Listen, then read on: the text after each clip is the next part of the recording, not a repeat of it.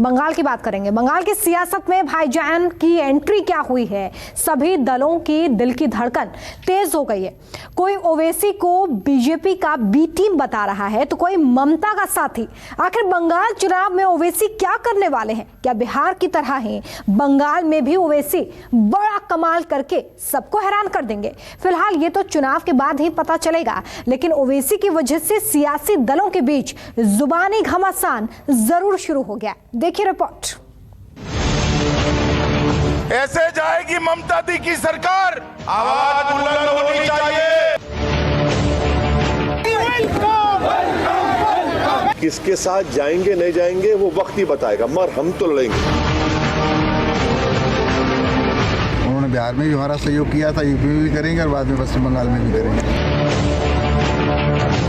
हम लोग तो पहले से कह रहे थे कि ओवैसी जी भारतीय जनता पार्टी के इशारे पे काम कर रहे हैं, भारतीय जनता पार्टी के कहने से इस राज्य से उस राज्य जाते हैं।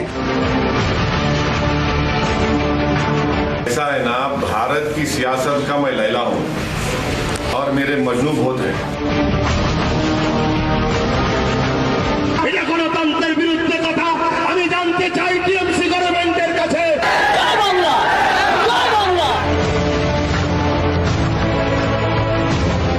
आपका साथ होता है तो सब वफादार है और आपका साथ नहीं है तो सब बदमाश है। ओवैसी करेंगे किस पर चोट, भाईजान किसको देंगे वोट? हम सब लोग अब्बास सिद्दीकी के साथ और परिषद के साथ काम करेंगे। साक्षी महाराज का बड़ा बयान, चुनाव में साथ होंगे भाईजान। उन्होंने बिहार में भी हमारा सहयोग किया था, यूपी में भी करेंगे और बाद में पश्चिम बंगाल में भी करेंगे। बंगाल में किसका कटेगा पत्ता, ओवैसी दिलाएंगे किसको सत्ता? भाईजान करवाएंगे किसकी जय, बंगाल में किसकी होगी विजय?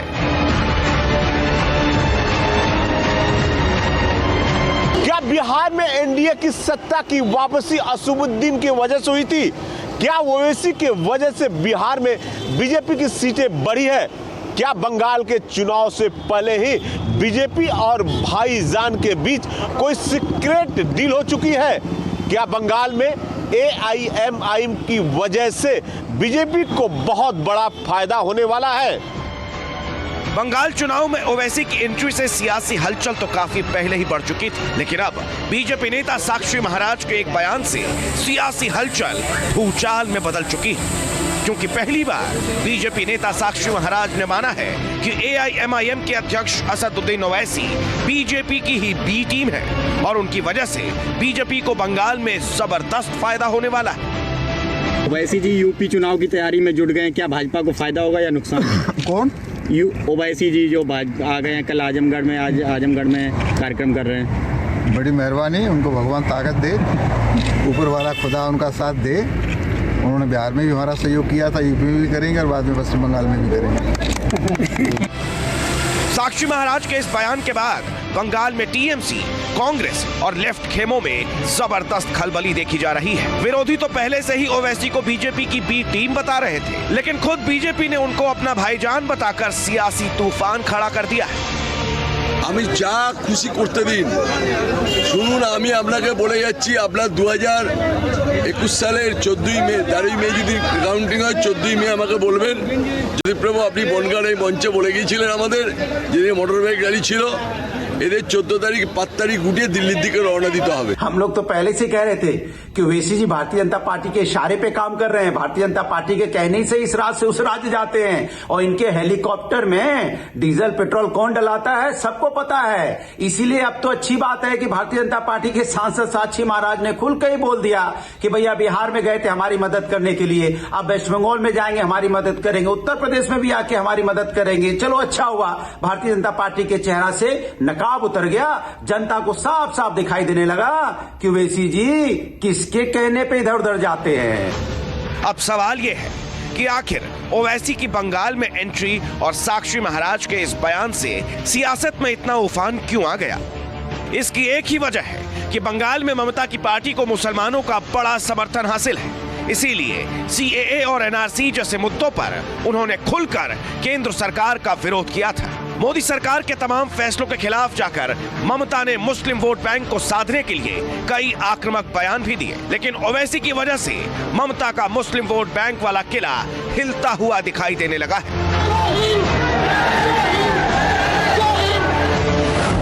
AIMIM के लिए मुस्लिम वोट बैंक ही आधार है, तो वहीं TMC और कांग्रेस मुस्लिम वोट बैंक पर निर्भर है।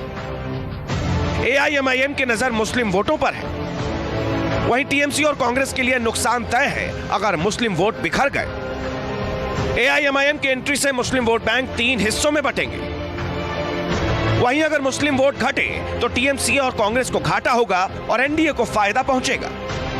बंगाल में MIM पार्टी अब्बास सिद्दीकी साहब के साथ काम करेगी, उनके पीछे रह काम करेंगे। अब्बास सिद्दीकी साहब जो भी फैसला करेंगे हम उस फैसले का उनका साथ देंगे, उनको सपोर्ट करेंगे। जो भी अब्बास सिद्दीकी साहब फैसला लेंगे, डिसीजन लेंगे, MIM पार्टी उनके साथ खड़े रहेंगी और फ्यूचर में क्या करना है, कैसा करना है, अब्बास सिद्दीकी साहब आपको बाद में बताएंगे। ओवैसी जी जो है हमेशा से ही बीजेपी को फायदा पहुंचाते हैं, वोट काटने की राजनीति करते हैं, दूसरे पार्टी का वोट काट के बीजेपी को फायदा पहुंचाते हैं। बिहार में साफ देखा गया, 25 सीटों में उन्होंने लड़ा, 5 सीटों में उनकी जीत हुई, पर 20 सीटों पे पूरी नुकसान जो है वो कांग्रेस और दूसरे पार्टियों का इन्होंने किया। तो और जैसे ही इलेक्शन ख़त्म हुआ उसके बाद उन्होंने कह दिया कि अब हम बंगाल में भी आएंगे, तो वो यहाँ पे सिर्फ बीजेपी को फ़ायदा पहुँचाने के लिए ही इलेक्शन लड़ना चाहते हैं। अब आपको समझाते हैं कि साक्षी महाराज के बयान का मतलब और विरोधी क्यों ओवैसी को बीजेपी की बी टीम बता रहे हैं। दरअसल ओवैसी की पार्टी ने हाल ही में बिहार में विधानसभा चुनाव लड़ा था। कहा जाता है कि ऐसा करके उन्होंने विपक्ष के मुस्लिम वोटों में सेंध लगा दी थी, जिसकी वजह से NDA के सिर जीत का सेहरा बंधा था।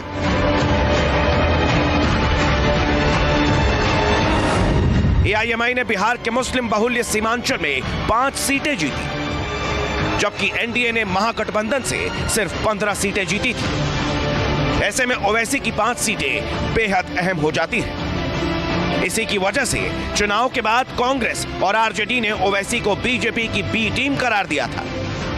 बिहार में ओवैसी की पार्टी की जीत का आंकड़ा भले ही बड़ा नहीं है, लेकिन सियासत में संदेश बहुत अहम होते हैं।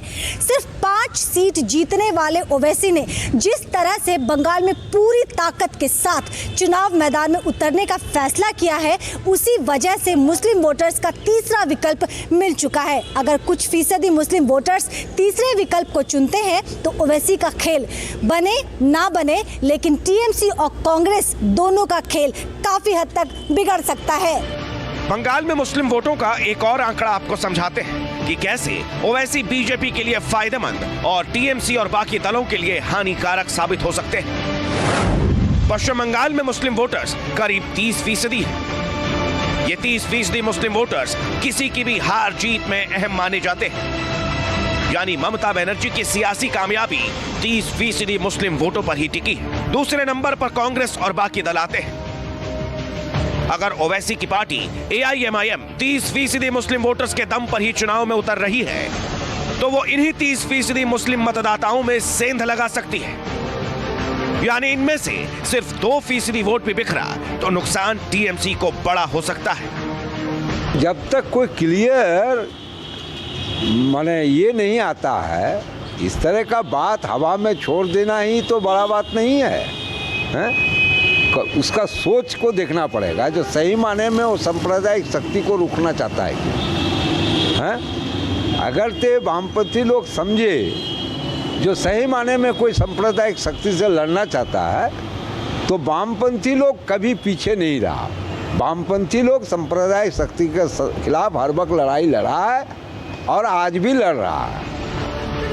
बीजेपी नेता साक्षी महाराज के बयान को बारीकी से समझने के लिए बंगाल में मुसलमानों के बीच बीजेपी की हालत देखनी भी बेहद जरूरी है। 2011 के विधानसभा चुनाव में बीजेपी को मुस्लिम बहुल इलाकों में एक भी सीट नहीं मिली थी।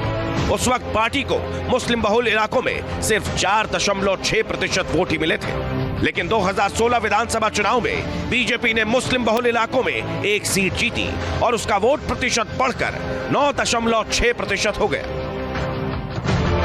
यानी मुस्लिमों के बीच बीजेपी की छोटी बढ़त और ओवैसी की एंट्री दोनों ही ममता और कांग्रेस को मुस्लिम वोट बैंक से दूर कर सकते हैं। ओवैसी के पार्टी को लेकर टीएमसी या दूसरा पार्टी कुछ भी कहे, लेकिन असली नुकसान उन्हीं का होता दिख रहा है, क्योंकि पश्चिम बंगाल में मुस्लिम मतदाताओं ने अब तक ममता सरकार का साथ दिया है। 2011 से लेकर 2016 तक विधानसभा चुनाव और 2014 से लेकर 2019 तक लोकसभा चुनाव में मुस्लिमों के वजह से ममता बनर्जी अब तक सत्ता पे है। ओवैसी सिर्फ वोट कटर नहीं, बल्कि मुस्लिमों के बीच टीएमसी का वोट बैंक का जो गणित है वो बिगड़ सकता है।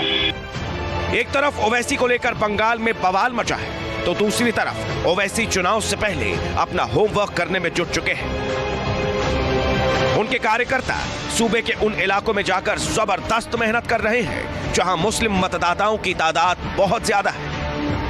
पश्चिम बंगाल चुनाव कितना दिलचस्प होगा, इसकी एक झलक अभी से दिखाई देने लगी है। बंगाल में भाईजान की एंट्री से तो मुकाबला और भी मजेदार हो चुका है। सिलीगुड़ी से मनु कृष्णा और मनाली दत्ता के साथ मनोज पांडे, न्यूज़ 24, कोलकाता।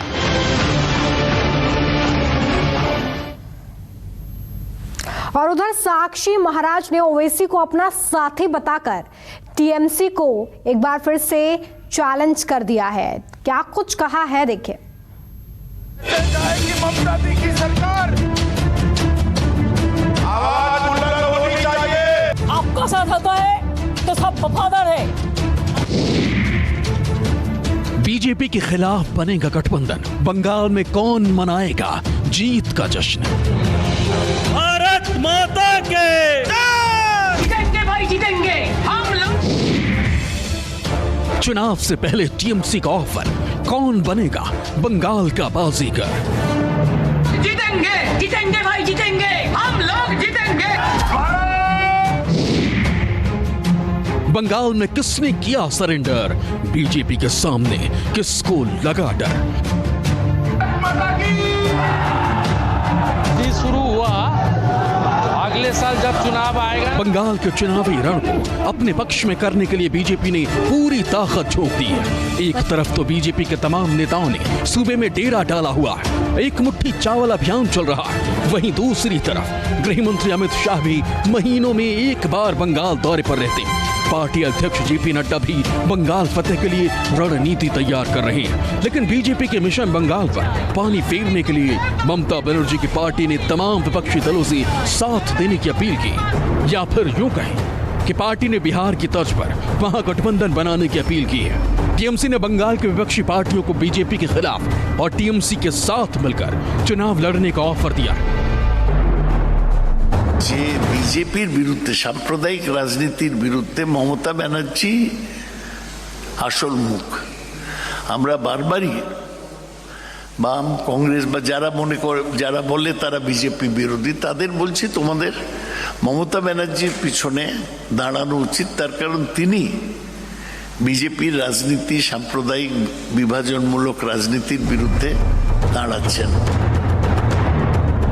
ये अलग बात है कि टीएमसी के सियासी दांव की खुद कांग्रेस ने ही हवा निकाल दी। उल्टा कांग्रेस ने ही टीएमसी से उनके साथ शामिल होने का ऑफर दे दिया। हमें टीएमसी के साथ गठबंधन में कोई दिलचस्पी नहीं है। पिछले 10 सालों से हमारे विधायकों को खरीदने के लिए टीएमसी को अब गठबंधन में दिलचस्पी क्यों है? अगर ममता बनर्जी बीजेपी के खिलाफ लड़ने के इच्छुक हैं तो उन्हें कांग्रेस में शामिल हो जाना चाहिए, क्योंकि वही सांप्रदायिकता के खिलाफ लड़ाई का एकमात्र देशव्यापी मंच है। जो ममता सीधे तौर पर बीजेपी को ललकारती थी, अब उनकी टीएमसी के तेवर ढीले क्यों पड़ गए? क्या सही में ममता बनर्जी को बीजेपी से कोई खतरा महसूस हो रहा है, या फिर इसके पीछे उनकी कोई सोची समझी रणनीति है? टीएमसी के इस ऑफर को समझने के लिए हमें बंगाल की सियासत का बारीकी से आकलन करना होगा। बंगाल में मुख्यमंत्री ममता बनर्जी की पार्टी इस वक्त एक साथ कई मोर्चों पर एक साथ ही मुकाबला कर रही है। राजनीतिक मोर्चे पर भारतीय जनता पार्टी लगातार उनके लिए चुनौती बन रही है, क्योंकि बंगाल में फतह के लिए पार्टी ने अपने तमाम दिग्गजों के फौज सूबे में उतार दी है, तो वहीं टीएमसी के बागी नेता भी उनके लिए मुसीबत बन गए हैं। ममता इस वक्त अपने बागी नेताओं और पार्टी छोड़ चुके दिग्गजों की वजह से मुसीबत में है। बड़े नेता शुभेंदु अधिकारी टीएमसी छोड़कर बीजेपी में जा चुके। शुभेंदु को ही नंदीग्राम आंदोलन का रणनीतिकार माना जाता। कहा जाता है कि उनकी वजह से ही ममता सत्ता के शिखर तक पहुंची। मंत्री रह चुकी लक्ष्मी रतन शुक्ला टीएमसी से बाहर हो चुकी। इसके अलावा 6 विधायक भी ममता का साथ छोड़ चुके हैं। साथ ही पार्टी के ग्राउंड वर्कर भी बीजेपी में जा चुके हैं। ऐसे में टीएमसी के ऑफर के पीछे की वजह आप अच्छे से समझ सकते हैं। आज इस पार्टी का ना तो जो जनाधार है, ना संगठन का कोई नींव बचा हुआ है। एमएलए, एमपी, मिनिस्टर पार्टी को छोड़ के जा रहे हैं, जितने की संभावना धीरे धीरे क्षीण हो रही है। इसलिए उनकी भी कॉन्फिडेंस लूज हो रहा है और सबको बुला रहे हैं। और संभावना है कि ये सारे पार्टी एक हो जाएंगे, लेकिन भाजपा फिर भी सबको हराएगा।